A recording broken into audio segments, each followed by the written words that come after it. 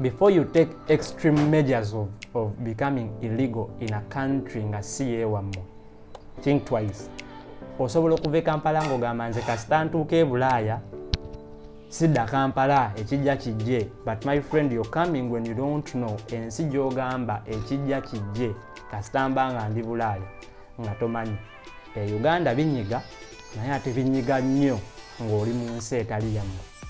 Sisobola kikukakasa ekyo gwe ali e Kampala ali okulaba kubanga totuukangako wano. Naye singa obadde oli wano, ffe abali wano, singa sirwa ssente ze tufuna, singa twegomba kuba Uganda. Oba singa ssente ze nfuna wano, nzifuna e Kampala, singa siri wano.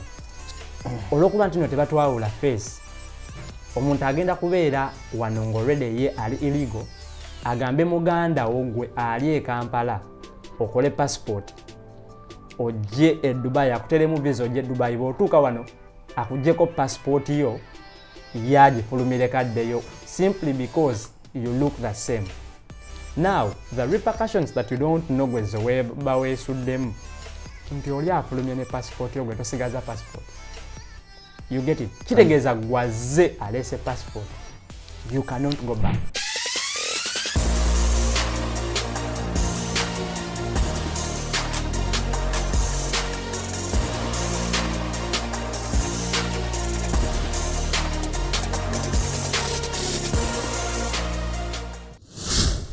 DXB One-on-One with Don Norman is the show.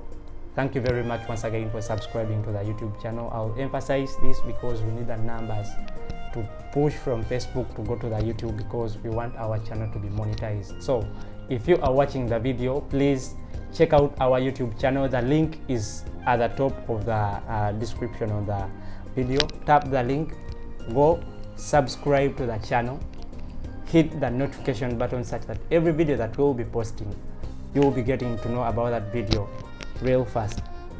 Today, me and Don Norman, we have a topic that we are going to be tabling today. It's going to be about how does one become illegal in Dubai and what are the challenges and the consequences of being illegal in Dubai, because twesanzenga there are very many people who come to Dubai and end up staying here in an illegal way.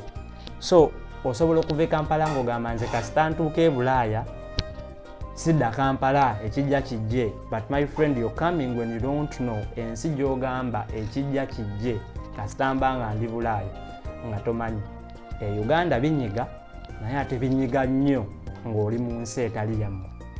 Sisobola kikukakasa ekyo gwe ali e Kampala ali okulaba kubanga totuukangako wano. Naye singa obadde oli wano, ffe abali wano, singa sirwa ssente ze tufuna, singa twegomba kuba Uganda. Oba singa ssente ze nfuna wano, nzifuna e Kampala, singa siri wano. So before you take extreme measures of becoming illegal in a country nga CA wammo, think twice. So we are going to be breaking down what makes people become illegal when they come here, what are the challenges and consequences of being illegal in this country. Gwe weekyeki nge weekube mu tochi olabe and you feel whether is it worth for you to become illegal. Nosigala gwe osobola osigalawo n'obaawo n'okufuna obusente bw'ofunye olumu n'obutafunirako ddala, and you mess up your life without knowing. So that is what we are going to be breaking down for you. So Don Norman, I want to start from there. What are some of the things you think make people to become illegal here in Dubai? Actually, the way all the situation is, most people they are not on Kaliwali because they want. That's true. As you know, it's really a challenging question. As I said, most of the time, people they go in for Kaliwali not because they want, not because it was meant to be like that. That's true. But most of the time, this is the time when the visa is done, they cannot go back home. Okay. It's really tight, and maybe they have wasted all the money. Oh, he has the money for the family, so everyone is looking at him. So he's thinking, going back home with nothing, without a job, I'd rather stay here, and then without a visa, maybe I can do something else, but which is really not nice, which is really a bad idea. That's true. Yeah. Some of the people, there are certain scenarios, Norman, I don't know whether you've heard about this. Some of the people become illegal here in this format.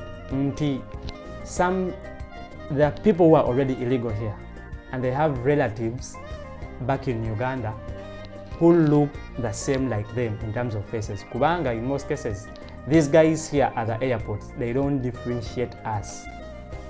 You get it? Nti tebatwawula face kino kankyogere mu Luganda kubanga basobola kipikinga wano abali ku airport. Tetwagala kosa ate bigenda leeta buzibu. So olwokuba ntino tebatwawula face, omuntu agenda kubeera wano ng'already ye ali illegal, agambe muganda ogwe ali e Kampala okole passport ojje e Dubai, akuteremu visa ojje Dubai, bw'otuuka wano akuggyeko passport yo yagifulumire kaddeyo simply because you look the same. Now the repercussions that you don't know gwezo weba weesuddemu nti oli afulumye ne passport yo gwe tosigaza passport. You get it? Kitegeeza gwaze alese passport. You cannot go back. And then they will lie. They will be like, yeah, they will get for you where you sleep. The bed space will be for free. Yes. But my brother, without a passport here, you are doing nothing. You're doing nothing, definitely. Because at the end of the day, when the police guys they come inside, they will not ask too much. They will just take you. Of course. They will just take you. But if this is true, is your brother, same mother, same family, there's no you can call your cousin coming from Uganda, and then they come here because for you, you put yourself in that thing, and then you feel like instead of getting away how to get out of that thing, you instead call your relative to come with a passport from home, his passport, and then use the same passport, and then most of the time even they don't even tell them like they're going home. You don't know, man, in most cases it might be a mutual understanding between the two people, the relatives. For example, omuntu ayinza okubeera nga akoze wano ebbanga katugambe nga abaddewo emyaka nga 18 ekyamazima ayagala gendaka okitegeera ng'ate wali omuganda wali e Kampala ye nga ayagala okujja wano e Dubai, ne bakikola in that way, oli najja n'aleeta passport ono n'agifulumirako. But those are some of the challenges that tugenda okuarticulatinga mu maaso awo olwekyo ky'obeera okoze ggwe, kubanga gweoyagala kujja Bulaaya muganda waafulumye ne passport yo, mu maaso awo tugenda kubuulira biki byogenda okufeesinga wadde nga golowoozo ozze Bulaaya ozze. So in other words, eyo nayo ngeri y'emu abantu gye babecominga illegal one. We also have this kind of scenarios normally nti omwana asobola okujja wano nga agent amuleesi okitegeera n'atuuka wano agent n'amugyako passport ye ne wataba agent n'ojja wano ng'oze ku visa onoonya mulimu, but in the process of okulagajjalira passport yo mu kugikuuma ne bagikubbako banno boosula nabo ne bagitunda, kubanga ano passport etunda akatabo. Yes, akatabo kamu kasobola okuba kakostinga $1,600,000. Nze okufuna passport yo nenjiguza omuntu yenna ayagala ogitwala ajja kumpa $1,600,000. That is money. Sirina kyentaddemu nzibye kataboko ne bampa $1,600,000. You're going to become illegal. Okitegeera? That is also another way. What do you think is kyekirala nomane kyetira abantu okubeera illegal one? Oyogedde ku point eyo ey'okuleeta, waliwo n'abantu abamu abaleeta abantu okuva e Kampala kati wamutuusa wano nnyabo n'amulimbalimba n'agenda n'amutwala oba mu kiyumba kati bamutwala okukola mu biyumba, I think biyumba bamutwala okukola mu biyumba tebamukoledde visa okitegeera. Alibaba amugamba your visa is on, your visa is working, your visa is working. Kati Alibaba mala kulaba nga ekiseera is too late, kulumana n'omukiseera n'atuuka ekiseera n'abakola ki n'abagoba. Kati bambi agenda okugoba Kanyabo nga tekakyalina option plan B tewakyali, nga kyalina okukola ki kuyingira Kaliwali. Kaliwali wano kitegeeza omuntu ali mu overstay. Okitegeera okuyingira Kali naye nga Nyabo naye tamanyi nti kyayingidde kibi. Yes. Kuba wano Kaliwali osula toweebase essaawa yonna bajja. Wano osula toweebase. Ekiringa ekirungi kya poliisi ano nti poliisi ano bw'ejjanga ezze kwata bali kunywa bbiya newe kusanga ng'oli Kaliwali tekukwata. Naye tetubagumya. Naye bw'ejjanga ezze kwata Bakaliwali basobola okuba ebizimbe bisatu byonna tobona. Omuddiringanwa naye nga lwaki ogenda. Okitegeera. Naye olaba nti okay, oyo ogambye nti mostly ab'omu kiyumba, but it can even come omwana ngoze oli ogide ku visa toyina sente zikola visa change, toyina sente zikola visa change, and you end up going in overstay. Nogenda mu overstay netuka naku lumu naku bbiri netuka wiiki. Kati overstay y'omuntu ali ku visit visa a day is yaddira mu 3 buli lunaku. Kati imagine okoze overstay ya lunaku lumu ezo ddira mu 3, overstay y'ennaku 2 ebyo 5, overstay y'ennaku eddako zigenda zitotolinga to that 1 week. It reaches an amount that you cannot pay. Otuuka omutima ne guguma n'ogamba yekyo kikyo. You've entered overstay. Kati otuuse oli mukali wali tokyalina kyakuzza, tolina kiddako, okitegeera. And there are so many disadvantages that comes when you're illegal here. Yes. For example, fena tujja wano e Dubai nga tuzekola kuba bulungi, si kyetono mani. Yeah, kituufu. But once you become legal in Dubai, tosobola kukola mulimu guli legit. Teriyo company esobola kuwa mulimu nga oli illegal simply because they know once labor finds out, they are going to find the company ebere mu bizibu. Kitegeeza emirimu gy'ogenda osigaliza okola kubba banno, oba kugulayo kamotoka n'ogula ka taxi, which butaxi obwo buli illegal we bakukwata, ate nagera musango mulala, nago musango mulala. Kati ogenda kubanga otambulira nakutunda mwenge, pozi nakutunda mwenge kubago guliko sente wano, naye bwe bajja ne bakusanga ng'otunda omwenge Dubai, bakwata. Era firimu ezo ze mulaba ne mulaba baswati, era bizizaayo nnyo, era bizizaayo nnyo abaana bangi ebintu ebyo bya kaliwali. So gwali eyo omupya ngawe mbategezaako okugamba, soko nyonyola abaana nomani olaba firimu ezo ze balaba swati tiimu nejja ne parkinga. Bw'oba otunda mwenge my friend we musajja kuba oluyi oba lugatta zino ezange bbiri, akuba oli munaga who sells beer here nga tewali kyakola nasonga ku kyaliwo, kubanga olumu olwo baluze bweru kati olwokubiri basamba busambi nzigi bajja n'embwa, bajja n'embwa naye nga tetwaligenze eyo nayonna ofuna bulungi. N'ekirala ensonga ereetera abaana abo ebiseera ebisinga ogenda mu kaliwali emikwano gye babeera nagyo.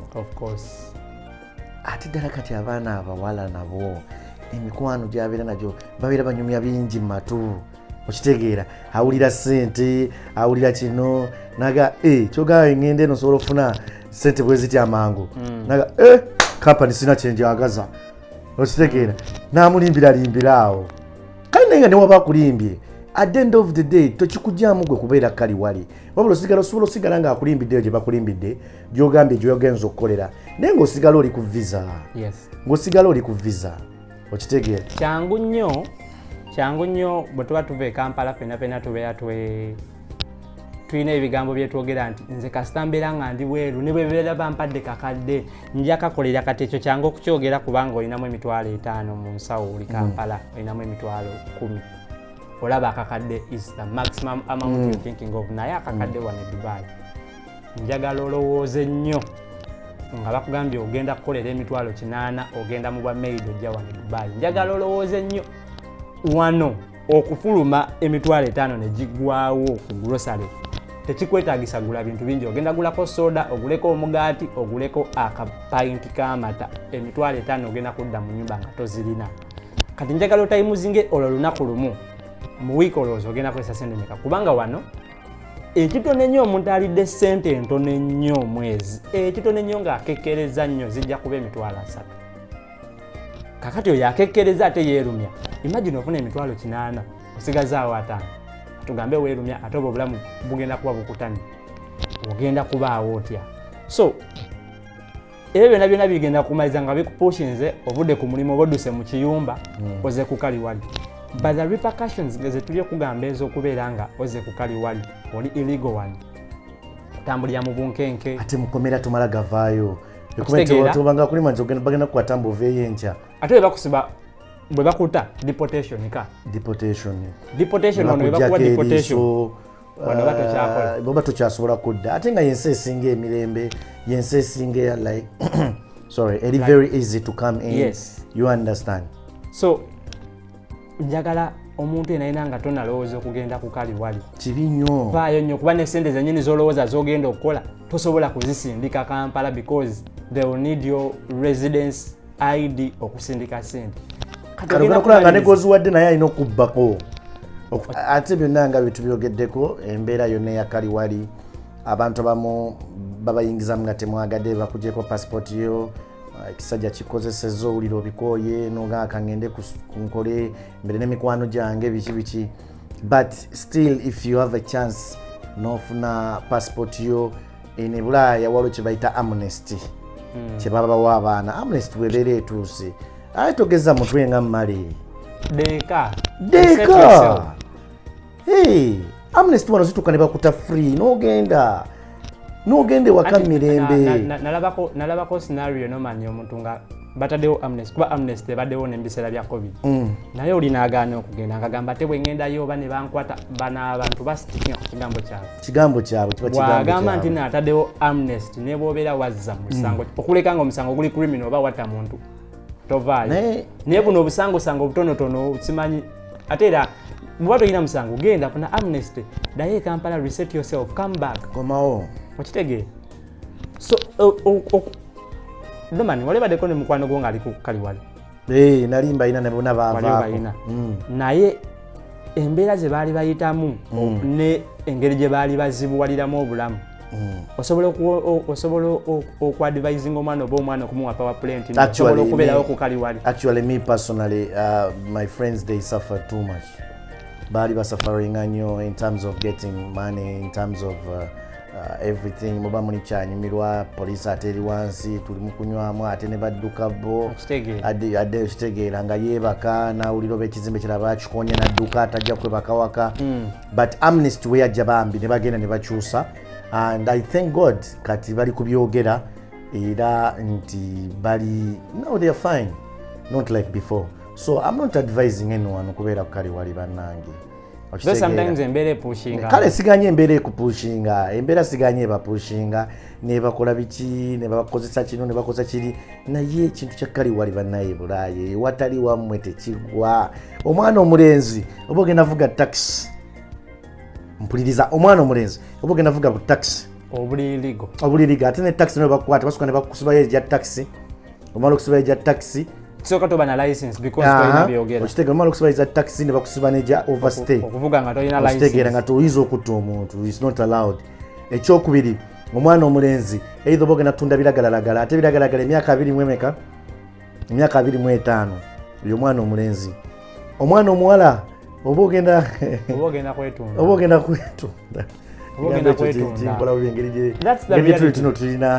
abaana baganda baffe ekyokukwata layini eyo oba ogenda kufuna ssente sitotandikako abo balina ssente zitamanyi n'amanyi naffe abakola ze tutayina but the question is kikugasa ki okubeera nga noman omwana okugenda ku street okitegeera nga ali ku visit visa nga akyusa visa ye kubanga abasinga kye bakola okitegeera nti ali ku street n'emyezi 3 wegigwako ng'ateekamu visa renewal nga wali illegal oyo aba alina ssente n'abasinga ffe ze tutalina kubanga bo bazifuna okitegeera naye ekigasa kyo kubeera nga ogenze ku street normal kyentegeeza ogenda ku street ono kyegambye ekyokwetunda ogenze ku street ng'ate okimanyi togenda kuddayokka anytime now kati ate ekyo kyabulabe nti you're doing something you don't want at the same time you don't know when you're going back ate alaba video eno yonna sinti no buli ali e Bulaaya akola ebintu bino. Of course abantu mu bali balina mentality eyo kitegeera bwe balaba abaana abawalambo baana abawala beetunda siwe kiri bannaye siwe kiri sinti not everyone akola ebyo ne Bulaaya abantu bano bakola sente zaabwe bawala bamwe balikiriya bali mukola sente zaabwe n'ebiseera ebisinga bagano baweereza ku sente nga mutandika like yeetunda naye nomani kankubulira nomani kati no kankubulira nga bakola bambi just we differ in cultures e Kampala ekintu omuntu okwetunda kiwulikika so wild. I know wano it is normal togenda kukikiriza goli Kampala but wano we reach that time and it is normal but not all kitegeera ne wano okugamba omwana nti no oyo omwana akola ku street it is normal ate nga bafuna ssente babayita basero za social n'embeera epushing omwana okugenda mweyo kuba bingi you never know bingi gwe togenda kubitegeera ogenda kumujajinga nze sisobola jajinga mwana ali ku I can never judge him kuba they're getting money ogenda kumujajinga but you don't know what circumstances ezamupushing okugenda ku street obeerawo nga tolina sente tosobola kusustaininga bulamu wano saka bana basajja batwala passport z'abaana bana basajja bajjako abaana passport ng'omwana talina kyakkola n'okubeerawo ate nga passport ye kuba mukozeseza yes wakujjewa zaaka nakutolako wadde onnomani naye nowebakayoko okitegeera ogenda okumaliriza almost oli kwetunda naye ng'ate tofunamu ssente lwaki tagenda ddala ku street okitegeera kati atuuka ekiseera obulamu ne buguba n'agamba naye bano bankoseza bonna olwa passport bagenda jimpa n'agenda it is more of the same okwetunda ate nga nfuna ssente okitegeera you do not judge someone who is on the street here mbolo kubanga okitegeera my friend embeera eri wano si nyangu yes tukubiriza abantu bonna okujja e Bulaaya mujje nereka kujja nga ozembo mazeko munze ne bwebiza ne bwebeweddeko siddayo Kampala think twice wano woyagala osigala ate wano muliro bali balina SC wano gwokya tegumanyi Kampala kubanga olaba nomani e Kampala osobola okubawo nga toyina ssente yes naye ate ng'osobola okugenda ewa neighbor oba n'ofunako ku kifene n'olya oba n'ofunako ku mmere n'olya wano tekiriiwo olina kubeera mu nnyumba yo bw'oba mu nnyumba yo ng'eitha odda ku mulimu oba ng'ogenda ku grocery oba ng'ogendako ewa kyaliwo ate gy'otagenda kyala buli lunaku kitegeera so ekintu ky'okubeera illegal nsi etali yeewammwe kintu kyenja okusembera ddala okwadvising omuntu enayina kibaako and if amnesty comes embrace the amnesty odeeka leka kuwalira teri yakutuma sente Kampala nyingi zogenda kufuna wano ezitaliiwo so being illegal in Dubai it is the least thing we can expect anyone to wish for because tekirina kalungi kekirimu negogenda okusanga ng'omwenyumirizaamu ng'olaba mbu ali illegal alina sente akoze sente my friend takubulira mazima gali mabega wa maziga gaaliko abanga agamba singa mbadde nnyina ebiwandiiko because we've seen people here who have spent 16 years and they want to go back home but they cannot simply because they don't have the papers. Ate ekiseera ekisinga oluma ebintu bya kaliwali ebyo omanyi kati ebiseera ebisinga abantu bantu bakimanyi omuntu okufa oba omwana wo ate ogenda yitawa tolina byogera tolina ki omwana wo nakufako naye tosobola genda muziiko lwakuba oliko tolina byogera maama wo taata wo oba omuntu enaali closed nafa tosobola genda ogenda kulaba akumye lumbe wano aye tasobola genda kugamba bibeera bingi maani naye nga kaliwali tekiggwa. Of course, we are going to cut this video short from there, but guys, take note of all the mistakes that you can do that can lead you into becoming illegal in Dubai. We told you, people come here, no later passport, muganda onagifulumirako, you're definitely becoming illegal here. It is not nice. People come here, no lajagalira passport yo, someone steals it, bajitunda, you're going to become illegal. Passport so jikuma, passport wabaino jikuma nga baby. Odose mu kiyumba oleseyo passport, you're going to become illegal. If you go in any overstay that you cannot pay, you're going to become illegal. The challenges and consequences tuzibagambye.